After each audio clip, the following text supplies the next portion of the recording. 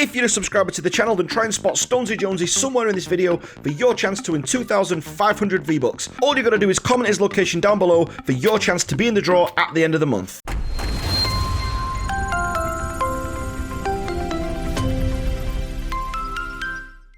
Hey up troops, welcome back to the Litanah army. I'm Lit and this is Fortnite Save the World. Now I've seen a lot of videos on, don't get scammed, scammer gets scammed in Fortnite, and all these different things that you can find in there. But what I want to actually look at today is this base that I've built. This is where I trade. I don't trade very often for all different reasons, but I'm going to just show you around my little trading station that I've got out here, and also share with you some tips on how to beat the scammers and avoid getting scammed yourself. So stay tuned and let's check this out. Okay then guys, so before we get started, just a couple of things to note. One thing that you've got to remember is a gravedigger, for example, at level 130 is not going to be used at its full potential by a hero that's too low a level. So if you're only a level, 20, 30, you're not going to get max damage out of that level 130 gravedigger, so there's not really much point to it. You're kind of wasting a little bit of time and giving away materials that you could be using to raise your power level. Power level of your heroes is always, or should always, be primary tier over whatever weapon you're carrying, because that's what's actually going to pack the punch. And do you know what? A good level hero, a strong leveled hero, can actually get the best out of most weapons, and especially if you play the game a lot and you get good at the game, then what you're actually going to do is make it so that you're more effective with your weapons and you're actually getting much, you're going to have more fun in the game as well. The second thing I would say as well is to make friends in the game. If you look at these giant llamas that we've built up here, so we've got some giant llamas that Joseph built for us, sorry. You've also got on there as well the racetrack that we built, just having fun in the game and meeting all different new people. And what you'll find is they're the kind of people that will, just give you weapons anyway. I'm in the Discord every day, and if I play a game with someone or I'm in game with someone, then what you'll find is I'll tend to add them as a friend, or at least send them a friend's request. They might not always want to add you back, that's down to them. But if you're helpful in the quest and you're talking a lot in the actual mission as well, you'll find that they'll be more than happy to help you. And then if that friend's got, like, say, like the new obliterator weapon that's come out and you're not sure whether to get it yet, but you want to try it out, then you can do that. It's dead easy. All you have to do is actually talk to people in game, make some friends, and you'll find that you'll get a lot of the best weapons that way, because you'll be sharing a lot of them as well. Okay then, so just before we jump into the actual base itself, and before I just give you a quick guided tour of that, some things to remember are, set yourself some actual ground rules for when you're actually trading. So some of the rules that I have that I would never ever shirk on, one is never trade in groups. So don't let anyone else into the group. If they say, oh yeah, my friend's going to come in as well, or can you join this party, and we'll go in, you say, no, if we're going to do a trade, insist that it be one-on-one. Also as well, be careful of the heroes that you're trading with, so you need to be careful of the abilities. One thing that you'll find is people like, I'm going to use this area as an example, constructors for example. Sometimes if you're trading in a little area like this in kind of a tunnel, even if you've got like a wall up for example, so one thing I've seen a lot of people do with the constructors is they'll open the wall, they'll go through, and they've blocked you there. So when they're going through the door, if you look at this, they've actually blocked you here, and what they'll do, they'll turn around as they go through the door, if they're quick on the keys, drop a decoy there, stopping you getting through. They pick up your, your weapon, and that's it, then they win. There's no way to stop you. They don't drop theirs, open the door, block you with the decoy, and get their own. Scammers, it's all about how quick they are. Scammers have got to be fast. So one thing you can do is actually block them and actually just make it so that, they can't use them heroes. I usually go for soldiers, because soldiers have got the least, not saying that they can't scam, but soldiers have got the least amount of tools to scam with. An outlander can phase shift, and a ninja, as you've seen in this video, can double jump. So there's a lot of ways that an actual person can scam you using the other heroes. The soldiers actually got such limited mobility. Obviously, they make up for it in firepower and everything else that they've got and the abilities that they've got. But a soldier has actually got less chance, if you like, of scamming you if you've got a decently set up base.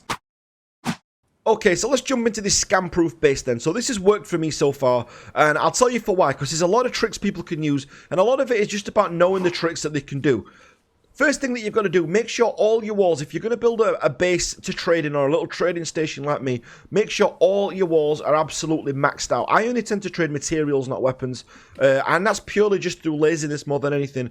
But make sure that all your walls and everything else are absolutely maxed up to max level, because one thing that you'll find is what an outlander can do if you put a wall up like this, as it's building, if you're quick, they can actually phase shift through it. An Outlander can phase shift through a wall that is actually building, if you didn't know that already. So you need to be absolutely careful of that. So make sure all the walls are maxed out and that they've got traps on them already. If a wall's got a trap on it, do you know already, if it's not one that you're using, what you'll find is that, you know, you can't edit the wall up. So you can't do anything with the walls to edit. You can't edit the floor. Boost pads are great. Do you know, you can't edit the ceiling.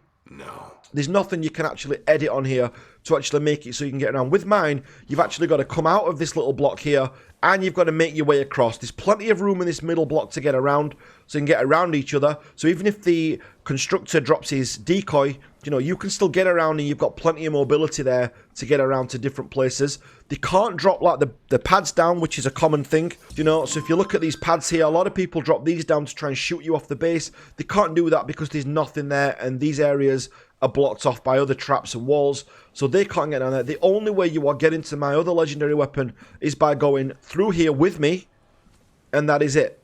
Do you know, that's the only way you can do it, and then you just pick it up. So this should actually work. You can talk through the window. Do you know, you've got a window there. A lot of people do the window, so you're just talking directly to the other person. But with this, you don't have to. You've actually got room there to actually run around, and all you do is just switch. And even if you phase shift across, it doesn't really matter because this wall's blocking your phase shift. You could jump up and phase shift across, do you know, or you could do the ninja thing and jump over like so, pick up the weapon. But by the time you've done that, I've had enough time to go around here, do you know, and get my weapon. So this, so far to me, has been absolutely scam-proof. And even your way up here, look, I've made these thin. These little corridors here are thin, just so you can't place the boost traps on there. I mean, you could actually make these a little bit wider if you wanted to, and then put more boost traps on. I just think they're ugly looking, you know, so I don't like them all over mine. But it's totally down to you. But just make it so that nothing's editable. Now, let's just say, for example, they edit this. This is why I've got the stairs on there. So if they edit this, you know, to go like that so that you fall down, there's still, you know, you can still get up. There's nothing to stop you there. All you do if you fall down in my base, you just run underneath. And you still back up the other side quicker than what they can get back across. Do you know, and you can get into the weapon. So even if they edit the bit, that's the only bit in this base, do you know, that they can change. So they could always edit you out there. So what they can do, they could jump out. Do you know what as well? Think about this. They've got to come out of here, jump across, do you know, get over there, edit you down and do that to you. Now let's just say that you're slow off the mark. By the time that's happened, you know, by the time that's happened, you'll already be across. But if not, you just run across through the bottom, go up to the edge, jump up, and you've still got your weapon back. So there's no way they can actually get you if you stick to the rules that we talked about. All you've got to do, remember, insist always on one-on-one groups.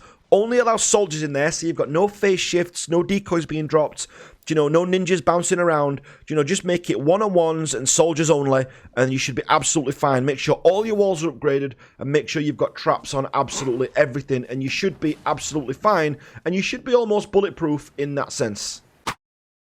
Alright then guys, I'm going to leave the video there for now. If you've got any tips on building a scam-proof base, or maybe you've got a scam-proof base as well that you want us to see, then make sure that you comment down below. If you've got any tips for this base, or you think, Joe, Litanah, you should build this onto the base, you should put that onto the base, then let me know. Do you know, I would love to hear your comments. And also, if you're in the Discord, do you know, go into we've got like an art section, go into there and put a screenshot in of your base and tell me why it's scam-proof, because I would love to hear that as well. So massive thanks for watching this, guys. If you're a subscriber, don't forget to have spotted Stonesy Jonesy for your chance to win 2,500 V-Bucks, and I will catch you guys tomorrow.